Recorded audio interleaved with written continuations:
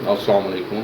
Uh, Today is 3rd of May 2025 और फिर obviously आज भी थोड़ी predominantly जो news है while sitting in Lahore looking at Pakistani news channels, uh, it is mostly about uh, how India is increasing hostilities uh, through their news channels towards Pakistani society for something which is kind of a Pulgram's so-called terrorist attack and not being investigated at all. But most importantly, being an economist, I should accept that I have a very limited knowledge about what kind of security policy each country should represent. As far as an decent economist is concerned, one should focus on developing domestic economy through policies whereby both industry and services sector should prosper and progress around the urban areas through something like which can be called as economic zones, through cooperation between Pakistan and China, or through participating in regional trade markets, or by increasing export capacity in international markets.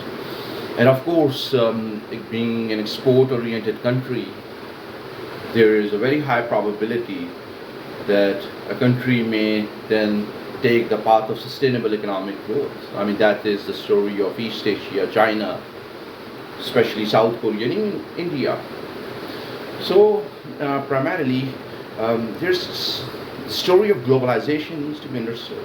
First of all, globalization really took its pace in 1980s. It is kind of suggested that it is primarily the focus of international financial institutions to then represent something which is called structural adjustment plans to recommend decrease in tariffs all across the globe to promote free trade, which then should increase trade levels across the world.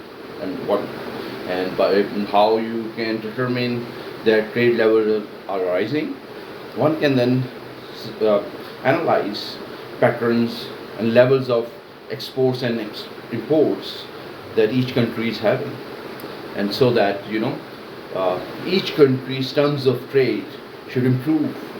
That was envisioned initially through structural adjustment plans since 1980s, and thereby the major winners were China and India and East Asia. These countries, these regions, were transformed into export-led economies. But inherently, one needs to understand. So there is quite a hue and cry when one reads about the trade war between United States of America and China since President Trump's first term, and especially now that just a few weeks ago that there was kind of a uniform tariff imposition by Trump administration on mostly every trading partner of United States of America, and it was criticized in popular media across the world. Even surprising key allies like Canada and Europe.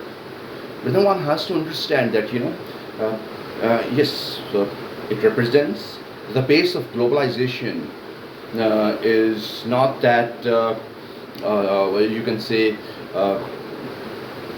fast as when compared to 1980s, 1990s, and early decades of 21st century. But trade protection is one of the very important stories to then define the successful globalizers. Uh, for example, South Korea in 1960s had a protected domestic industrial sector so that they could have the capacity to develop a robust manufacturing base where they can manufacture automobiles or they can represent manufacturing capacity of high technology engineering goods while they were protecting their manufacturing base say 1960s. By 1980s they could easily open their industry sector to international competition by reducing tariffs. Same is the case with India. India also protected its manufacturing base and then had a strong manufacturing capacity. Uh, uh, China represents the same story. East Asia also represents the same story, but most importantly, East Asia represents uh, the prevalence of international supply chains, whereby China imports raw materials from East Asia and then uh, it then exports finished or semi-finished manufactured goods to the markets of Europe and United States of America. So trade protection is kind of a important story of globalization. Uh, it is not really adherence to free trade. It is not really adherence to globalization through decreasing tariffs across all sectors of the economy that represents the comprehensive story of globalization. Instead, globalization represents countries and nations, especially United States of America, Europe, Canada, who were early globalizers, while many of the African, Latin American, and Asian countries also were earlier globalizers, but were not really successful in increasing their exports. Instead, they transformed into consumer economies. Whereas China, East Asia, and India could develop a strong manufacturing base so that they could soon in 1980s became one of the dominant players in international export markets. Now, in that respect, one then can start understanding the non-linearities, the processes we need to understand to then explain how globalization is linked with economic development in a nation state. For example, 21st century from the very start is a century where every developing country, including Africa, Latin America, and Asia, uh, invested in services sector by investing in higher education. I mean, there were, of course, you know that in Pakistan Higher Education Commission under Ataur Rahman invested hugely on development of higher education quality in Pakistan by promoting new universities, sending students for expert qualification like PhDs and master's program across Europe, United States of America, Canada, China, Turkey, and some other East Asian nations. So that there is significant expert and skilled labor available for Pakistan to then participate in services sector and its efficiencies. Generally, services sector is represented by, of course, it is represented by skilled labor, expert labor, and whereas the expertise are directly dependent on education levels and kind of specializations. For example, information technology sector was developed. Pakistan already had a very high quality education system in medicine and engineering. Technical specializations were promoted as well in Pakistan by introducing many technical institutions, technical training institutions. So similarly, many countries in Africa as well as Latin America, also the governments invested hugely on higher education, um, to then facilitate a robust services sector, and thereby, even the start of the 21st century, Pakistan was represented by military dictatorship of President Pervez Musharraf. Still, Pakistan could have a decent economic growth rate, more than 6% for few years. But of course, the more inherent factor which really mattered was political stability. By 2007, there was a lawyers' movement, and political instability increased, despite the fact that Pakistan was having a robust economic growth rate for a few years.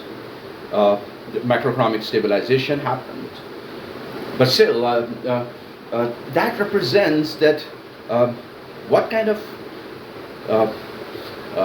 political belief Pakistani nation represents, as they have always supported democracy instead of autocratic rule, and therefore democracy was restored by 2008. But surprisingly, and of course there was war and terror going on, so there was a cost of conflict in Afghanistan represented by war and terror.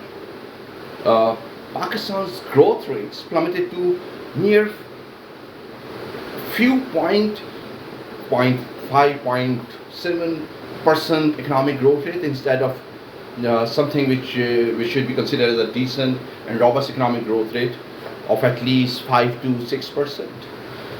And then a long democratic journey of Pakistan really started, while at the same time being Pakistan's strategic partner and friend, while at the same time having a more dominant global role in the world economy. China initiated a policy which is represented as One Belt, One Road policy, which is kind of a global economic plan to assist countries in Africa, Latin America, Asia to have a more active trade relationships with China. And while Pakistan was assisted with a program which is called as CPEC, China-Pakistan Economic Corridor. Inherently, it was about trying to build business clusters and economic zones around Pakistan's urban areas, while at the same time first developing road infrastructure around main urban areas of Pakistan, linking those urban areas across all provinces. Gwadar port was being developed, but the development in CPEC has been quite sluggish.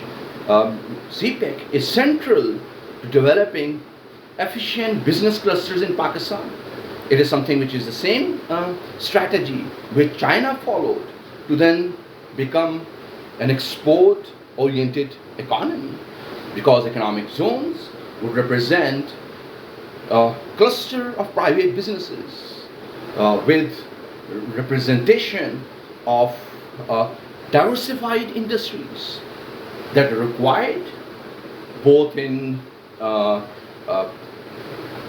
example, high technology goods that could be defined through consumer goods. So the journey of Pakistan is an interesting journey, the economic journey. CPEC is still being a project which is not being completed as yet, but most of the infrastructure, road infrastructure is being developed, and economic zones, the areas are identified, and business activity is surrounding and presenting itself around those economic zones. And while at the same time, Pakistan is continuing with democracy, with again there is in 2024 there was another political government represented by the coalition of Pakistan People's Party and Pakistan Muslim Union, with the Premier and the Honorable Prime Minister Shehbaz Sharif and his cabinet. And what really the economic leaders of Pakistan, who represent the ruling political party, are saying. Of course, they are saying that the first and the most important uh, achievement would be to stabilize the economy, whereas earlier inflation rates were very high. And of course, the finance ministry, under the leadership of Muhammad Aurangzeb, did stabilize the economy. It's just as the news are coming in that most of the macroeconomic indicators are being stabilized. Inflation is being curtailed. There's representation of uh, more stable monetary policy in Pakistan, whereas there is a good link between macroeconomic variables, which represent the robustness and health of the private sector and its competitiveness, and the monetary policy that promotes business-friendly outcomes, while at the same time, one of the most renowned economists, Ahsan Iqbal, who is the Minister of Planning Commission, is trying to work for the long-term strategies, which could then enable Pakistan to really become a country that is similar to China and India, would be having a sustainable economic growth rate for decades. And the first and the most prominent issue he always highlights is that Pakistan needs to achieve political stability. I mean, that's another challenge. So political stability is kind of inherent to Pakistan's development, economic progress discourse. While at the same time, so these kind of arguments, one can then start understanding that it is inherently the national policy adopted by the governments that really decides what kind of economic trajectories they should take. As you South Korea represented trade protection instead of active accession to globalization. Same is the case with East Asia, China, and India. India really embraced free trade through World Trade Organization in 1990s under the government of Manmohan Singh, when he was a finance minister. And suddenly the growth trajectory is transformed in India, and therefore Manmohan Singh could even become the Prime Minister of India, representing Congress. So this in economics, if you are a good economist like Ahsan Iqbal or like Muhammad Aurangzeb, but there are so many other economists who represent academia, who represent the technical staff in ministries or think tanks. The most important thing is indeed to first achieve macroeconomic and political stability. Whereas political stability should mean that the government should complete its 5-year terms, and the government should then have a policy, have a chance, have an opportunity to then implement their policies, economic policies. There should be a representation of continuity within Pakistan's governance structure, and only after that, while at the same time, if you understood that there is CPEC is the work on CPEC is going on. Pakistan is developing more or better diplomatic relationships with Central Asia, with East Asia, with China. Pakistan already has a very good relationship, while it can have a better relationship, more refined economic relationship with Europe and United States of America.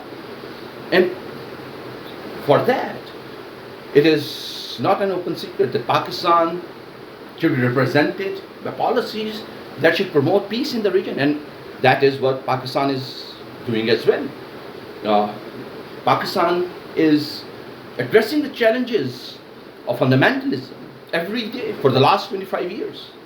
And the story of Pakistan represents the story of amazing hard work, bravery, and persistence and resilience of Pakistani nation, Pakistani political, economic, social institutions, Pakistan security apparatus. While at the same time, something change is happening in India, which was traditionally identified as a secular country with significant Muslim population, is now represented through many years of political rule of BJP, whereas Prime Minister Narendra Modi is having the office of the Premier. While there is always more news that the fundamental rights, the economic rights, the citizen rights of Muslim population are being infringed upon. And Pakistan, being a predominantly Muslim country and being a neighbor of India, it is something, the fact that Hindutva, which is discriminating against Muslims, which are also in millions, is something which affects the security dynamics within the Pakistani society. There is more political activism within Pakistan to then develop a diplomatic posture which should not really support Indian hegemony in the region. So there is, instead of competition between India and Pakistan, there is increased hostilities, and it is so well represented that it's been quite some days, and the hostility from a spurious terrorist attack at Palgram, which is not at all being investigated by the Indian government, is representing kind of a war rhetoric through Indian media and through diplomatic channels throughout the world, that it is Pakistan which is responsible, as usual, for increasing hostilities in the region and affecting economic stability of the region. Whereas one can understand that there is some kind of a great game being played in the region, while United States of America or Europe wants to have more closer economic relationships with India and having a trade war with China. But then if you listen to my previous lectures, it is also important to note that it is indeed American economists' idea of globalization and international trade theories, and it is the facilitation by World Trade Organization and American industries that relocated the businesses to develop China's private sector, and thereby China is the second largest economy of the world. So the story of globalization is represented through ingenuity. It represented through policy application of theory, economic theory, smart policy application of smart economic theory, and it is represented through cooperation and competition. Whereas hostility is defined through conflicts and wars. So one can easily then understand that what would be the most effective peaceful strategy represented by a unique, redefined diplomatic transformation within a nation state like Pakistan is to then use the strength that is derived through Pakistani people, the strength that is derived through Pakistan's commitment to peace and regional stability represented by Pakistan's Foreign Office and Pakistan's military. Or it should then exploit the strength Pakistan's democracy represents, the nation's commitment towards democratic values, which empowers, which represents a evolved culture within Pakistan that the whole world should consider Pakistan as a friendly nation. And this is totally a different impression, an impression that is created by India. Pakistan is a country which promotes hostility, especially in South Asia, is a false statement proved yet again and again, especially recently since 2008, when Pakistan's democracy came back and war on terror was concluded, and Pakistani nation, through a lot of hard work, they committed themselves, Pakistan institutions committed themselves for promoting democratic values in the country through representation of a movement which can be Liars Movement in 2007, or a party like PTI, which really created its own recognition through hard work, that there are now three main political parties in Pakistan: Pakistan Tehreek-e-Insaf, Pakistan Muslim League Noon, and Pakistan People's Party. So there is a lot of progress in Pakistan, and that needs to be understood by the world, not only by the friendly nations, but most importantly by the democratic world, which has its own challenges. And most importantly, the most unique solution for Pakistan, which might be similar as that India liberalized its manufacturing sector a bit late. Pakistan is a country which is part of early globalizers, while becoming a consumer economy instead of a economy which also has the capacity to export value-added goods and services. In that respect, the most inherent issues or factors which would determine Pakistan's economic progress, a very bright future for Pakistan, is indeed transforming macroeconomic stability into business-friendly outcomes and robust economic growth frameworks which are inclusive in nature, which should then promote equity and social justice as well. While at the same time, the second most important variable is that Pakistan's political parties should represent some kind of a national and regional politics whereby political stability within Pakistan should improve. Pakistan should present, the politics in Pakistan should be presented through progressive ideals, which should be based on mutual understanding. And therefore, of course, the future of PTI is indeed is dependent, inherently dependent, to really then make PTI one of the most important political parties of Pakistan, determining Pakistan's democratic future with economic progress achieved, is that PTI should be talking to PMLN and Pakistan People's Party instead of maybe, deriving some kind of power from establishment. And of course, Pakistan's establishment has now represented more than decades of commitment to then support democratic values and democratic structures in Pakistan.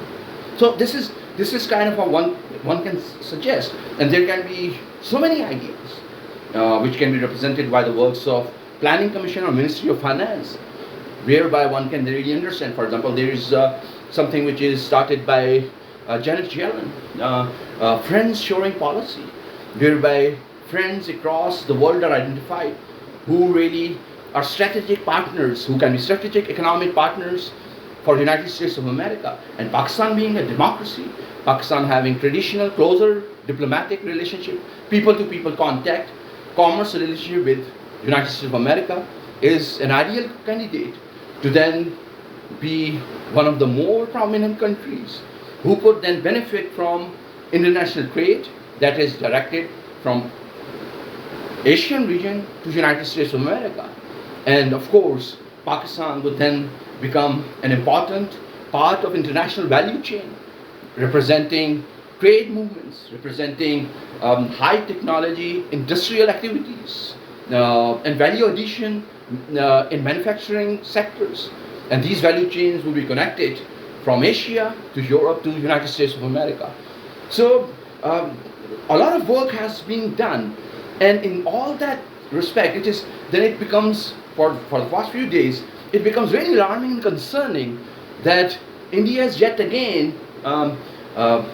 promoting uh, uncertainty within South Asian region, and the whole world is kind of supporting uh, for peace, supporting for resolution of hostilities through respective foreign offices. And I hope, I honestly hope that India and Prime Minister Modi should reconsider its Hindutva policy, because India is third largest economy, and if India wants to outcompete China, to then really become a $10 trillion economy, it needs to have policies which will strengthen cultural diversity within India, so that every Indian should have equal opportunity, which is represented through the ideal processes of capitalism, which promotes capital productivity and labor productivity, to then allow more efficient participation by every citizen, irrespective of religious differences or ethnic differences within India, to contribute to national economic progress. And therefore, Hindutva, this bias, religious political outcomes, which discriminate Muslim citizens within India, would not really be